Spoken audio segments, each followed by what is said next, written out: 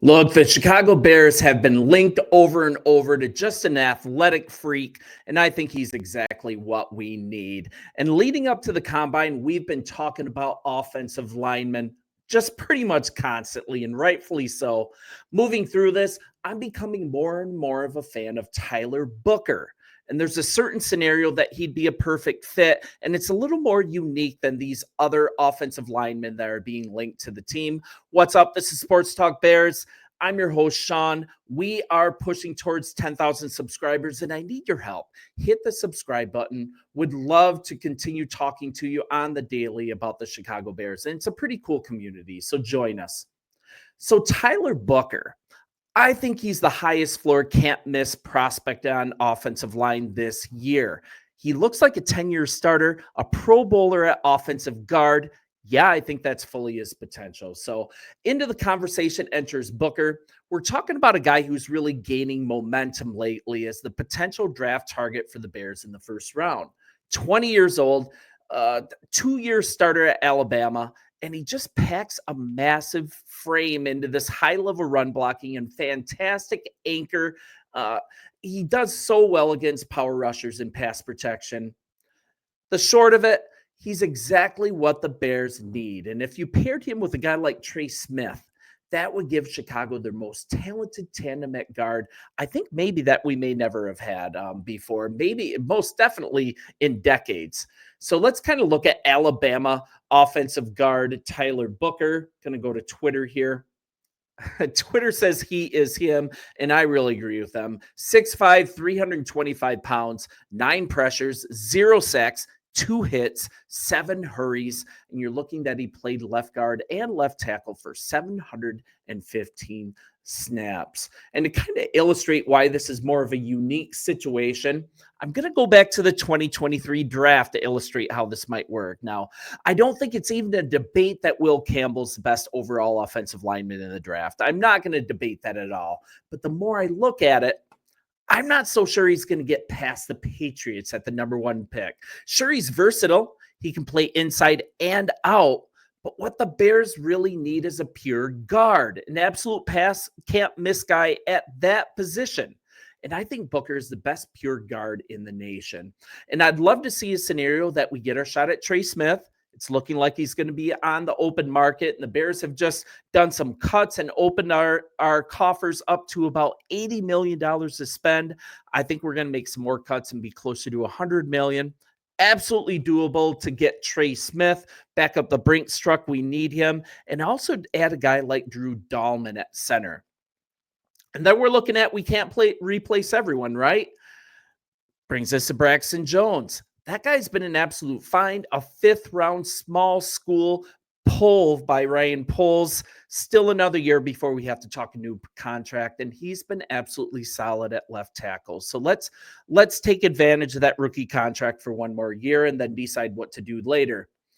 And then if you're looking at the game in general, it's kind of shifted a little bit. Sure, there's premier ends, but you're seeing teams begin to transition towards heavy pressure up the middle defenses and using that as a primary way to get after quarterbacks. So with that, you're seeing guards starting to get paid really well. And I'd love to invest in a big money guard in Smith and then our draft capital into the other side with Booker. Jones will be just fine at left tackle for the time being.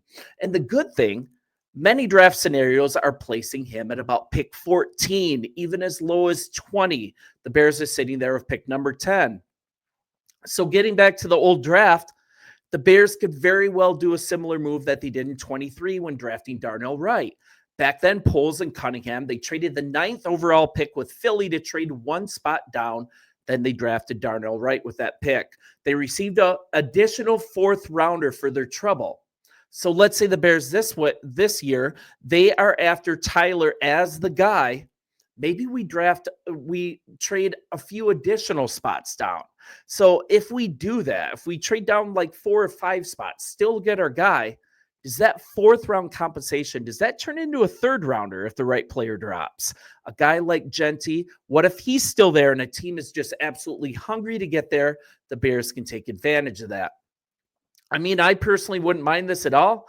let's just look at who Booker is as well. Let's look why he'd be a great fit on this line revamp outside of draft capital. So first off, this is a dude who only allowed 1 sack during his 3-year career. Like, remember that, 1 in 3, 1 sack. That's incredible. And Drew at Iron City Film, he had this analysis of Booker. We're looking at the guard out of Alabama. He's an easy first-round draft grade. And my offensive guard won in this draft class. Why?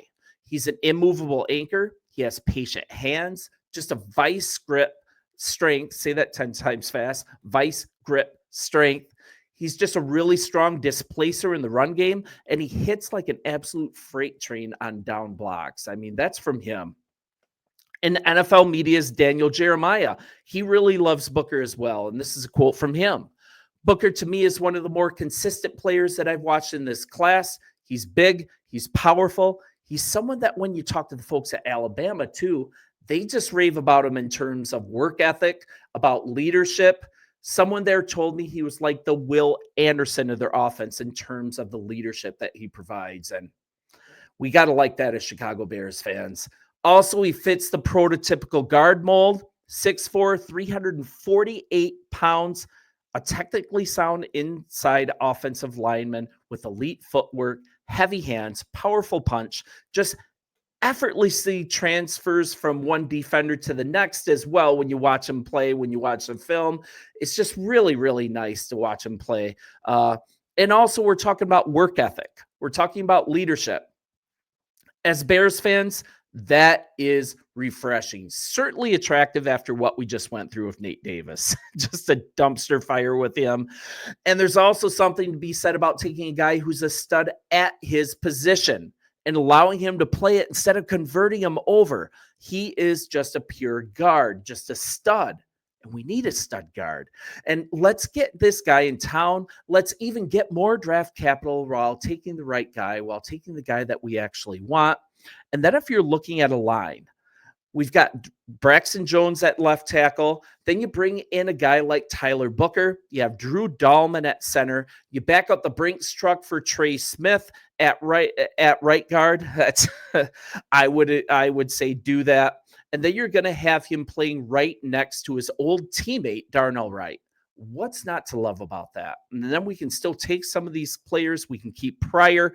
Heck, we can even keep Bates, give ourselves really good depth on this line and continue. We have tons of draft capital, continue to get some guys that are kind of tweeners, guys that are a little more of a project at offensive line, and see what we can get going here. And I think also now that we have Dan Rouchar as our offensive line coach, he's going to be a huge help in grading and bringing in the right guys for this offensive line. I think that's something we've really been lacking. Ben Johnson definitely has a type. We could also go the route of bringing someone in like Kevin Zeitler from Detroit, have him plug in for a year while a younger guy is developing underneath him. And I think Braxton Jones, he's a really interesting part of this line. He's been just a find as a 5th rounder, but he's not elite. He's good, but he's not elite. I would actually like to see Kiran Amagaje have a full offseason, have a full offseason of practices, have actual good coaching, because he's just a beast. He's just a huge man. Physically, he fits the prototypical NFL thought of who a left tackle should be physically. And he also showed a lot of promise at Yale. Super versatile as well. Just a really good head on his shoulders. Just really good attitude. I would love to see if possibly he can develop behind Braxton Jones. We did spend 3rd-round capital on him. He very well might be the future answer at left tackle if we just put some time in to develop him. But before we do that, we have to have top flight talent play on this line. I think this combination of guys rounded out by Tyler Booker in the 1st round, plus get some extra draft capital. What's not to like? You guys let me know in the comments. I always interact with you. Really appreciate all of you that have made this channel so successful. We have grown quickly, and I think we're going to be at 10,000 subscribers together in a blink of an eye. So thank you, you guys. Bear down, and we will talk soon. See ya.